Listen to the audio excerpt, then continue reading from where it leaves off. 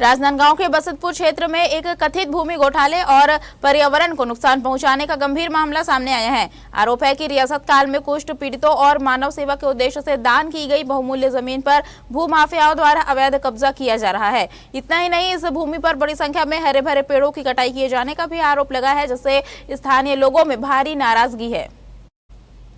पूर्व पार्षद और कांग्रेस नेता ऋषि शास्त्री के नेतृत्व में एक प्रतिनिधिमंडल ने जिला कलेक्टर को ज्ञापन सौंपकर पूरे मामले की निष्पक्ष जांच की मांग की है। ज्ञापन में आरोप लगाया गया है कि इस ऐतिहासिक जमीन पर अवैध गतिविधियां चल रही है और सैकड़ों पेड़ों की कटाई से पर्यावरण को गंभीर नुकसान पहुंचा है। साथ ही राजस्व और वन विभाग के कुछ अधिकारियों की भूमिका पर भी सवाल उठाए गए हैं। स्थानीय नागरिकों ने मांग की है कि दान की गई इस भूमि से जुड़े मूल दस्तावेज और लीज रिकॉर्ड सार्वजनिक किए जाए। कांग्रेस नेता ऋषि शास्त्री ने चेतावनी दी है कि यदि प्रशासन ने जल्द सख्त कार्रवाई नहीं की तो मामले की जांच सीबीआई और ईडी से कराने की मांग की जाएगी। उन्होंने कहा कि जरूरत पड़ने पर स्थानीय नागरिकों के साथ मिलकर बड़ा जन आंदोलन भी किया जाएगा।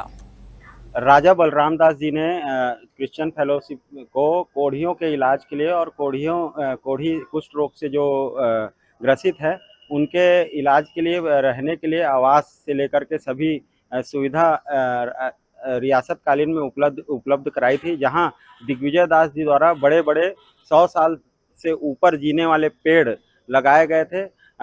हमें जानकारी मिली कि वहां की पेड़ों की कटाई और अवैध परिवहन हो रहा है। साथ ही साथ मुरुम खनन कर 2 तालाब बना दिए गए हैं।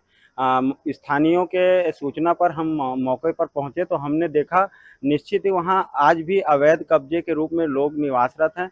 और सबसे बड़ी बात है, रमन सिंह जी का क्षेत्र है और भाजपा के नेता का अमेरिका कनेक्शन वहां पर सामने आ रहा है। तो कहां से फंडिंग हो रही है, कहां फंडिंग जा रही है, ये सब जांच का विषय है। इसको लेकर के हम आज आए हुए हैं।